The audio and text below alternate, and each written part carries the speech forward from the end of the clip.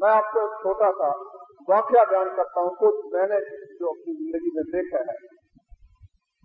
ہمارا ایک طالب علم ہمارے مدرسے میں پڑھتا تھا، تو 8-10 سال پہلے کی بات ہے، اور اس کو جہاد کا بھی بڑا شوق ہے، اب بھی اللہ کے فضل سے ہے، اللہ تعالیٰ اسے اور زیادہ توفیق عطا فرمائے۔ وہ جناب افغانستان میں چلا گیا جہاد کے لیے۔ جن لوگوں کے ساتھ گیا کوئی ان کے عقیدے توحید کے متعلق اتنے پختہ نہیں تھے۔ وہاں جا کر اس نے مجھے خط لکھا، مجھ سے اچھا تعلق تھا اس کا۔ اس نے کہا کہ تم لوگ اہل حدیث بنے پھرتے ہو، تم کہتے ہو ہم سلف صالحین کے وارث ہیں، ہم کتاب اللہ کے ماننے والے ہیں، یہ لوگ دیکھو جہاد میں اپنی جانیں قربان کر رہے ہیں، تم اپنے گھر بیٹھے ہوئے ہو۔ اور یہ تو سب کچھ اچھی بات تھی، تلقین بڑی اچھی تھی۔ اس نے کہا شہادت کا کیا کہنا؟ ہمارے امیر صاحب نے یہ واقعہ بیان کیا کہ ایک لڑکا گھر سے باپ سے پوچھنے کے بغیر آ گیا، جہاد میں آ کر شہید ہو گیا۔ اس کے باپ کو اطلاع دی گئی کہ جی آپ کا بچہ شہید ہو گیا۔ اس نے کہا میں نہیں مانتا، میرے پوچھنے کے بغیر آیا ہے، اس لیے میں اس کو شہید نہیں مانتا۔ شہید میں تب مانوں گا کہ قرآن نے کہا ہے کہ شہید زندہ ہے۔ تو اگر یہ واقعی شہید ہے تو زندہ ہے، تو اس کی نشانی میں یہ مقرر کرتا ہوں کہ اپنا ہاتھ اٹھا کر مجھ سے مسافہ کر لے تو میں سمجھوں گا شہید ہے، ورنہ میں سمجھوں گا شہید نہیں ہے۔ اس نے سب کے سامنے ہاتھ اٹھایا، ہاتھ اٹھا کر اس نے مسافہ کیا، سب کو یقین ہو گیا واقعی شہید ہے۔ یہ خط اس نے مجھے لکھا۔ میں نے اس سے لکھا کہ بھائی بات یہ ہے کہ تم اتنا عرصہ ہمارے پاس پڑھتے رہے ہو، لیکن اہل تحقیق کی تحقیق کا طریقہ تم نہیں سیکھے۔ اہل حدیث کے پاس پڑھ کر بھی تمہیں پتہ نہیں چلا تحقیق کا طریقہ کیا ہے۔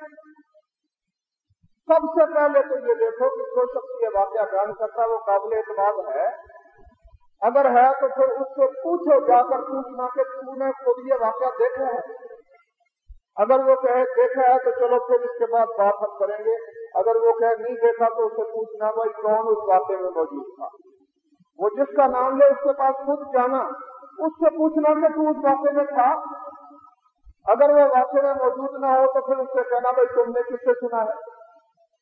تو خیر میں نے خط بھیج دیا، اس نے جواب لکھا کہ میں نے آپ کے کہنے کے مطابق تحقیق کی، دوسرے سے جب تیسرے آدمی تک پہنچے تو آگے بات چلی نہیں، آگے چلی ہی نہیں۔ انہوں نے کہا جی بس سنا تھا۔ مسلم شریف کے مقدمے میں ایک حدیث لکھی ہے امام مسلم رحمۃ اللہ علیہ نے کہ کئی لوگ تمہارے پاس حدیثیں لائیں گے، تم ان کو جانتے ہی نہیں ہوگے کون ہے کون نہیں ہے، تو ایسے لوگوں کا اعتبار نہ کرنا۔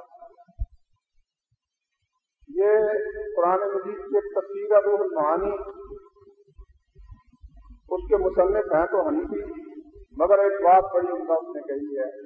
وہ کہتے ہیں کہ اس قسم کے جتنے واقعات ہیں نا کہ فلاں مرنے کے بعد اس کو کھڑا ہوا، اس نے جناب مسافہ کیا اور اس نے باتیں کرنی شروع کی اور وہ مسکرانے لگا اور پھر کھلا کر ہنسنے لگا، یہ سب اس قسم کی باتوں کے بیان کرنے والے ایسے لوگ ہیں جن کو کوئی جانتا ہی نہیں، نہ رجال کی کتابوں میں ان کا پتہ ہے، جہاں راوی کے حالات کی صورت کوئی ان کی خبر ہی نہیں، ایسے بے نام لوگ جن کا پتہ ہی نہیں ہے۔ تو بھائیوں جس چیز سے ثابت ہوتی ہے کہ یہ واقعی حدیث ہے رسول اللہ صلی اللہ علیہ وسلم کی، اس کے لیے بنیادی چیز ہے سند۔ اب جب سند ثابت ہو جائے گی، تمام درمیان میں اگر کوئی آدمی گر گیا ہے، مطلب کہ ایک شخص بیان کرتا ہے دوسرے شخص سے اور ان کی ملاقات ہی نہیں، ہم کہیں گے تمہیں کیسے پتا چلا؟ ایک شخص اب کہتا ہے جی حضرت حسن بصری فرماتے ہیں، ہم پوچھیں گے تو حسن بصری کے ساتھ کھیلتا رہا یا حسن بصری کے ساتھ پڑھتا رہا، مجھے کیسے پتا چلا؟ اس کو کہتے ہیں انقطاع، اور سند کٹ گئی ہے، اگر کٹ جائے اس کا کوئی اعتبار نہیں ہوتا۔ اسی طرح ایک روایت ہوتی ہے مرسل، مرسل کا مطلب ایک تابعی کہتا ہے کہ رسول اللہ فرماتے ہیں صلی اللہ علیہ وسلم، ہم اس سے پوچھیں گے بھائی تمہیں کس نے بتایا؟ اب ہم تو پوچھ نہیں سکتے، اس لیے جب تک وہ اپنا ذریعہ معلومات ہمیں نہیں بتائے گا، رسول اللہ صلی اللہ علیہ وسلم تو وہ سن سکتا ہی نہیں ہے، اس کی ایسی بات کا اعتبار نہیں ہے۔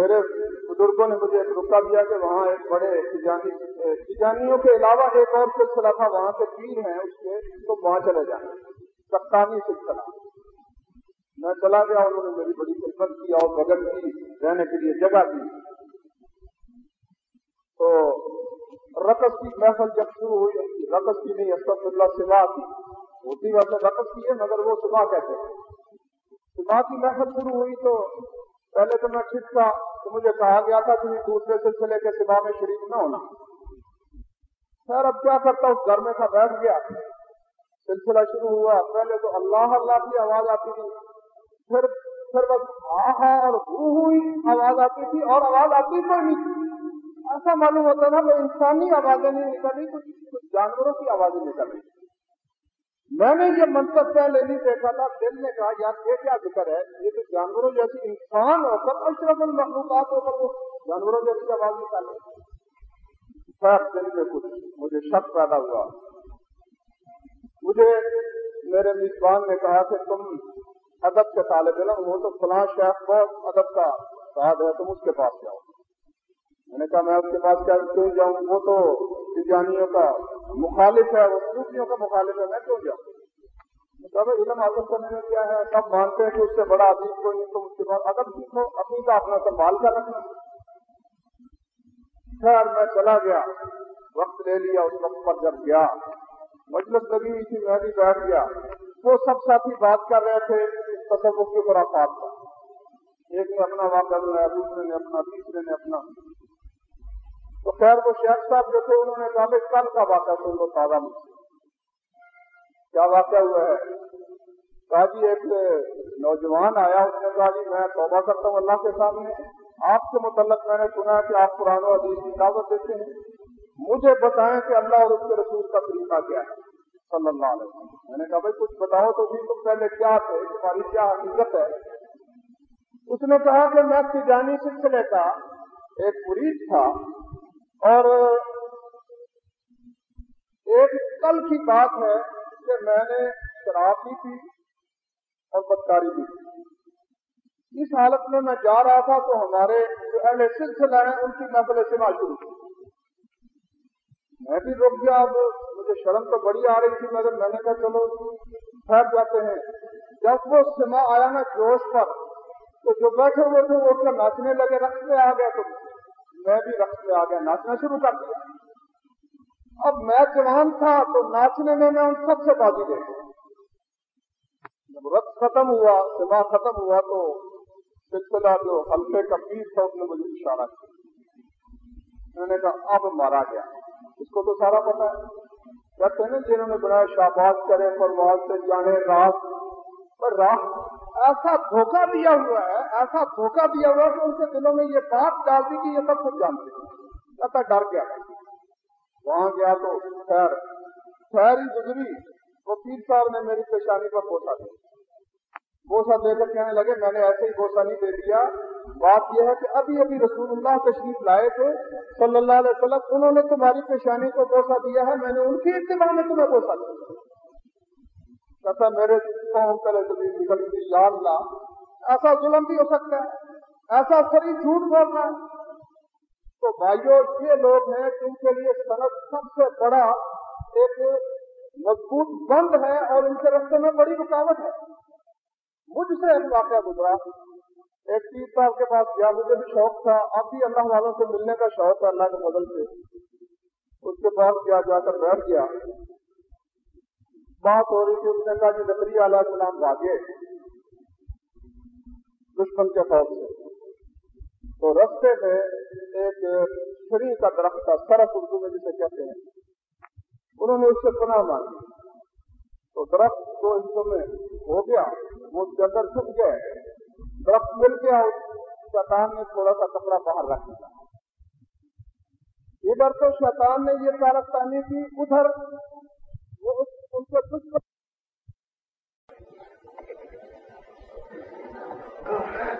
بسم اللہ الرحمن الرحیم۔ یہ چند سوالات ہیں۔ یا ایھا الذین آمنوا ان جاءکم فاسق بنبأ فتبینوا اگر کوئی فاسق خبر لایا تو تحقیق کر لیا کرو. کیا ایک صحابی کو فاسق نہیں کہا گیا؟ ہمیں کیسے پتا چلے گا کہ خبر لانے والا فاسق ہے؟ نبی کریم صلی اللہ علیہ وسلم کو تو وحی کے ذریعے معلوم ہو گیا، اور ہمیں کیسے معلوم ہوگا؟ ایک سوال یہ ہے. تو اس کے متعلق یہ ہے کہ نبی صلی اللہ علیہ وسلم کے زمانے میں مسلمانوں کو آ کر جو کوئی خبر بتاتا تھا، ان جاءکم فاسق بنبأ، اگر کوئی فاسق آدمی تمہارے پاس کوئی خبر لے کر آئے تو اس کی تحقیق کرو. تو وہ سب مسلمان ہی مسلمانوں کو خبر بتاتے، کافر کوئی خبر نہیں بتاتے تھے. اے ایمان والو، اگر تمہارے پاس کوئی فاسق آدمی کوئی خبر لے کر آئے، اس کا معنی نبی کی حدیث لے کر آئے، کوئی خبر لے کر آئے، تو کوئی خبر میں نبی صلی اللہ علیہ وسلم کی حدیث بھی شامل ہے، دوسری خبریں بھی شامل ہیں. تو نبی صلی اللہ علیہ وسلم کے زمانے میں ایک فاسق تھا، لاکھوں فاسق تھے، مگر صحابہ کرام نہیں. فرمایا کہ اگر کوئی فاسق خبر لے کر آیا ہے تو تحقیق کرو، اگر فاسق نہیں اپنا آدمی ہے تو تحقیق کی ضرورت ہی نہیں. فاسق ان تو وہ ہیں جو فاسق ہیں، تو اس لیے ان کی تحقیق کرو. جو فاسق نہیں ہے ان کی تحقیق کی کیا ضرورت ہے؟ تو اس لیے صحابہ کرام کے زمانے میں یہ کہنا جی ان میں فاسق تھے، یہ تو تب ہے جب یہ ہو کہ تم میں اگر تمہارے پاس کوئی مسلمان فاسق آئے. یہ تو بات ہی نہیں ہے. باقی ہمیں کیسے پتا چلے گا؟ ہمیں پتا چلے گا قرائن سے. حضرت عمر رضی اللہ عنہ نے فرمایا کہ لوگوں، نبی صلی اللہ علیہ وسلم کے زمانے میں وحی آتی تھی، لوگ پکڑے جاتے تھے. ہم تو ظاہر کو دیکھیں گے، جس کا ظاہر درست ہے ہم اس کو صحیح سمجھیں گے. اب ایک آدمی ہمارے سامنے ساری زندگی اس کا جھوٹ ثابت نہیں ہوا، مسلمان آدمی نماز پڑھتا ہے، بہتان تراشی نہیں کرتا، سچا ہے، فاسق نہیں ہے، عادل ہے. ہمیں اس طرح، اسی لیے محدثین نے جن جن لوگوں نے احادیث نقل کی ان کے حالات زندگی کا مطالعہ کیا، جستجو کی، کتابوں میں لکھ دیا انہوں نے، کیسا آدمی تھا، سچا تھا، جھوٹا تھا، حافظہ کیسا تھا، سب حالات لکھ دیے. نمبر 2، حدیث ظنی ہے، اس کی آپ نے بہت اچھی وضاحت کی ہے، لیکن ایک بات آپ نے عجیب فرمائی ہے کہ یقین بھی ظنی ہوتا ہے، حالانکہ یقین اور ظن بالکل مختلف ہیں. ہاں بھائی، عجیب تو فرمائی اس لیے کہ ایک عربی کا مقولہ ہے، الناس اعداء لما جہلوا، لوگوں کو جس کی چیز کا پتہ نہیں نہ ہوتا وہ اس کے دشمن ہو جاتے ہیں. جس چیز کا پتہ، جس سے جہل جو ہوتا ہے انسان کا، عجیب ہے، اذا متنا وکنا ترابا ذالک رجع بعید، مر کر مٹی ہو گئے پھر ہم کیسے ہوئی؟ یہ تو عجیب بات ہے، یہ کیسے ہو سکتا ہے؟ تو جس چیز کا پتہ نہ عجیب ہی ہوتی، واقعی عجیب ہے. قرآن کہتا ہے الذین یظنون انہم ملاقو ربہم، جو لوگ ظن رکھتے ہیں کہ رب سے ملنا ہے، قیامت کا انہیں ظن ہے، ان کے لیے نماز آسان ہے. کیا ظن کا معنی؟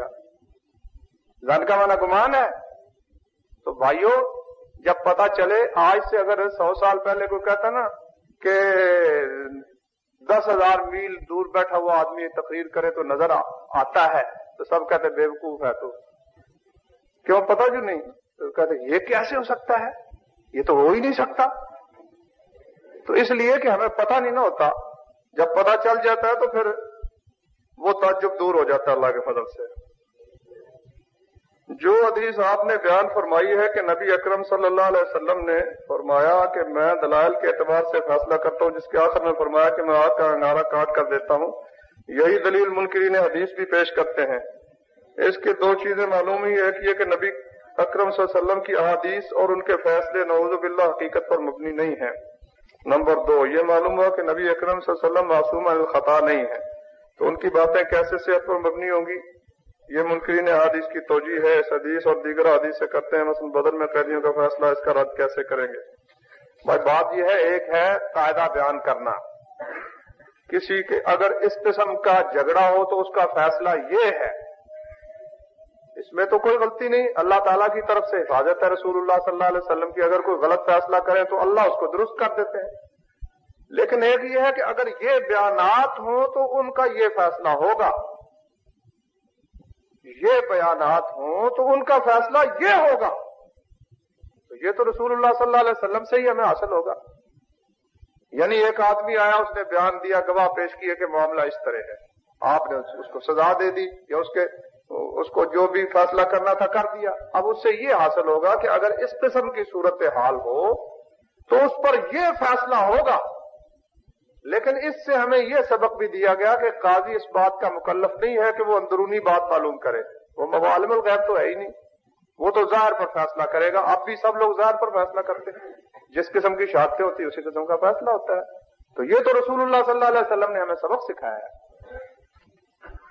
قرآن صحابہ سن کر یاد کرتے تھے تو اس کی تصدیق تو رسول اللہ صلی اللہ علیہ وسلم سے ہو جاتی تھی، اور قرآن سارے کا سارا مصدق من الرسول ہوا.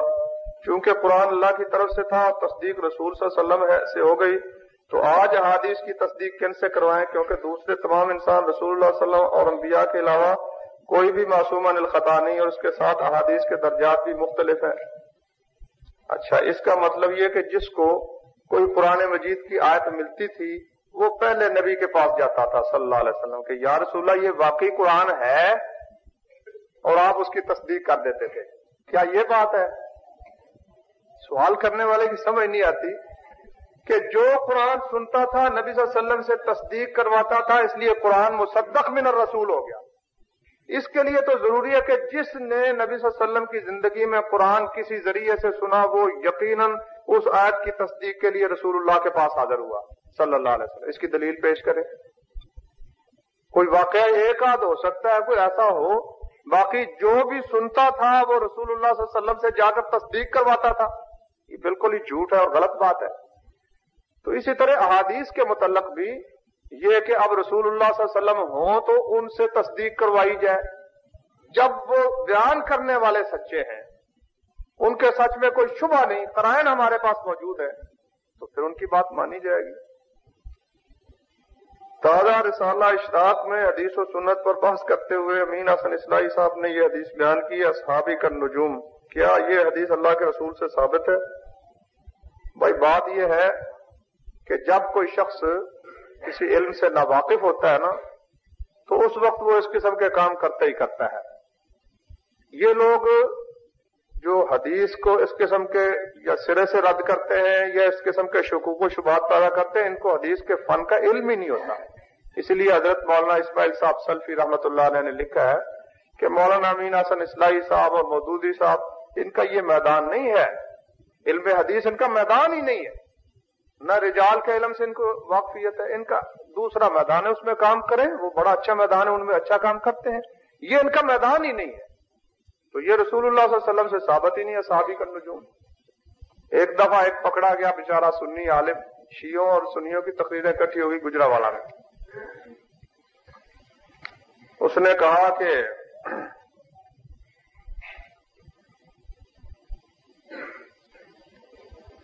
اصحابی کا نجوم تقریر کی نا ایک نے، سنی عالم نے تقریر کی. اس نے کہا صحابہ کرام کو مانے بغیر چارہ ہی نہیں، کیونکہ نبی صلی اللہ علیہ وسلم نے فرمایا صحابی کا نجوم اب ہے مقتدی تم اہتدی تم، میرے صحابی ستاروں کی مانند ہیں، تو جس کی اقتداء کر لو گے تم ہدایت پا جاؤ گے.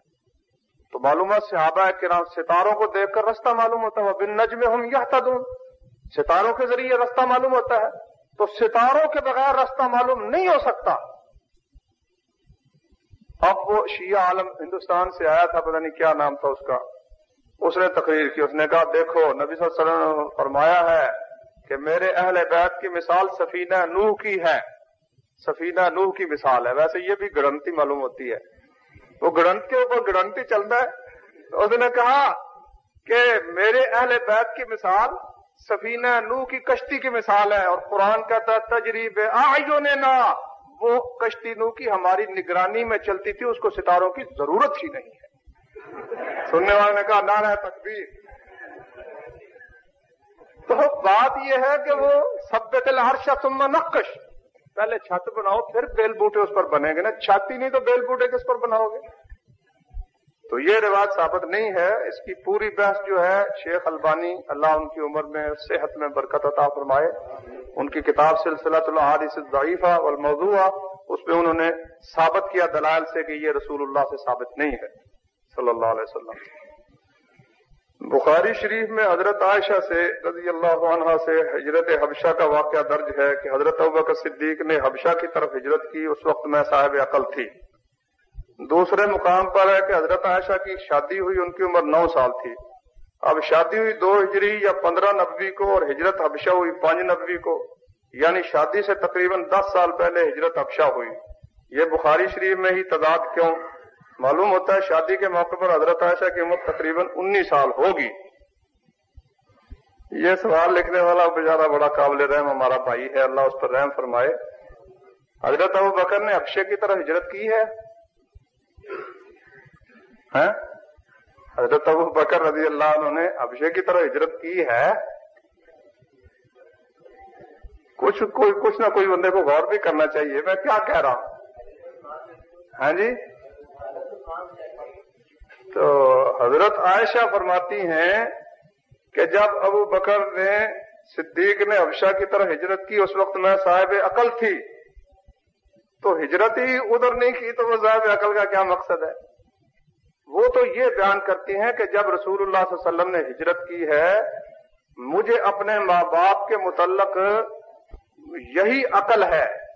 اپنے ماں باپ کے متعلق کہ رسول اللہ صلی اللہ علیہ وسلم آتے تھے روزانہ، کچھ اس قسم کی حدیث ہے اس میں، اور وہ بھی اس وقت جب نبی صلی اللہ علیہ وسلم ہجرت کرنے لگے ہیں.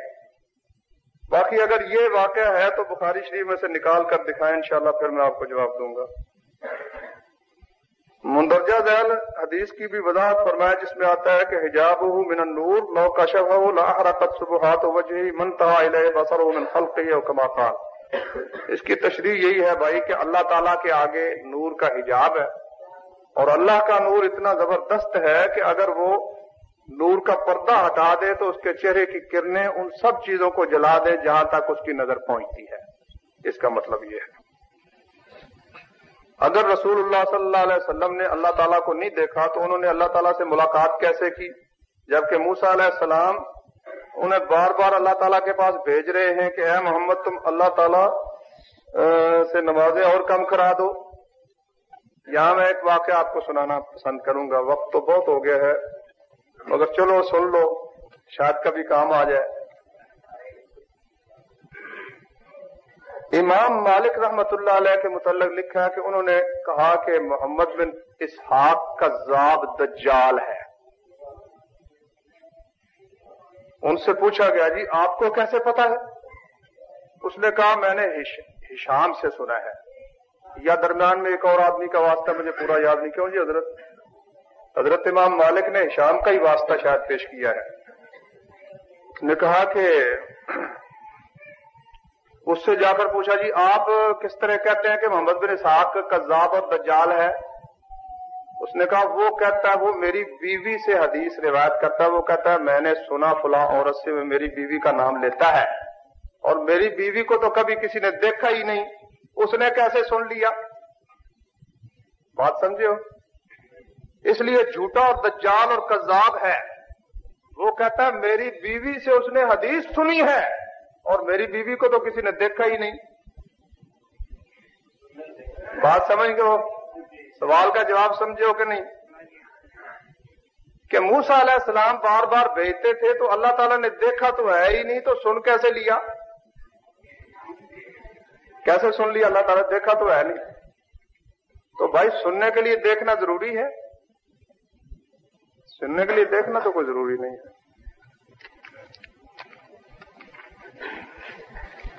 وہ امام بخاری اس لیے کہتے ہیں کہ یہ ہشام نے خواہ مخواہ اعتراض کیا، ہو سکتا ہے کہ اس نے پردے کے پیچھے سن لیا ہو، جیسے حضرت عائشہ رضی اللہ عنہا سے بے شمار صحابی اور دوسرے تابعین آ کر حدیث سنتے تھے، پردے کے پیچھے سنتے تھے. وہ ہمارے موضوع سے خارج ہے نا، یہ بھی دیکھو نا کچھ. کیا آپ نے فرمایا کہ قرآن فرشتوں کے ذریعے سے نہیں بلکہ آدمیوں کے ذریعے سے ہم تک پہنچا ہے؟ اس کا مطلب یہ نہیں ہے کہ قرآن قطعی الدلالہ نہیں رہا، بلکہ اصل مسئلہ یہ ہے کہ قرآن باللفظ ہم تک پہنچا ہے جبکہ حدیث اس طرح نہیں پہنچی. اس لیے قرآن بہرحال حدیث پر اس لحاظ سے تفوق رکھتا ہے. وضاحت فرما دیں. اچھا بھائی قرآن باللفظ بھی ہم تک پہنچا ہے. میں نے کہا قطعی الدلالت ان معنوں میں نہیں جن معنوں میں سورج کا وجود ہے، کیونکہ اگر ان معنوں میں قطعی الدلالت ہوتا تو کوئی شیعہ انکار نہ کرتا، کوئی کافر انکار نہ کرتا. تو اس لیے میرا مقصد یہ تھا، میں نے تفصیل سے سمجھا دیا ہے. اور یہ واقعی اتنا کوئی فرق تو ہے قرآن مجید کا اور حدیث رسول صلی اللہ علیہ وسلم کا، لیکن آگے کہتے ہیں دوسری بات یہ ہے کہ کیا جس طرح قرآن کے حفاظ اس کی صحت کے لیے پورا سال کوشاں رہتے ہیں، کیا حدیث کا معاملہ بھی ایسا ہے؟ کیا اس کے حافظ بھی اتنے ہی ہیں جتنے قرآن کے ہوتے ہیں؟ بھائی قرآن مجید کی تو ہوتی ہے تلاوت، وہ مطلوب چیز ہے، اس کی حفاظت کا دوسرا ذریعہ اللہ تعالیٰ نے رکھا ہے، اتنے حفاظ اس کے نہیں ہیں جتنے حفاظ قرآن کریم کے، اتنا فرق یقیناً ہے، لیکن عمل کے لحاظ سے دونوں میں کوئی فرق نہیں۔ جس طرح قرآن واجب العمل ہے اسی طرح حدیث بھی واجب العمل ہے۔ کہ آپ بتا سکیں گے وہ حدیث کون سی ہے جس کو 10 صحابہ سے نقل کیا گیا اور اس کو ہر دور میں 2 یا 3 لوگوں نے نقل کیا ہو؟ ہاں بھائی ایک حدیث تو سب کہتے ہیں، من کذب علی متعمدا فلیتبوأ مقعدہ من النار، اس کے اس سے بھی زیادہ اللہ کے فضل سے راوی نکلیں گے۔ کیا تورات قرآن کی طرح آہستہ آہستہ نازل ہوئی یا کہ ایک ہی مرتبہ؟ یہ تو قرآن میں آتا ہے نا کہ طور پر موسیٰ علیہ السلام گئے اور اللہ تعالیٰ نے ساری تختیاں جن پر قرآن لکھا ہوا تھا ایک ہی دفعہ انہیں عطا فرما دی۔ اللہ تعالیٰ سمجھنے کی اور عمل کرنے کی توفیق عطا فرمائے۔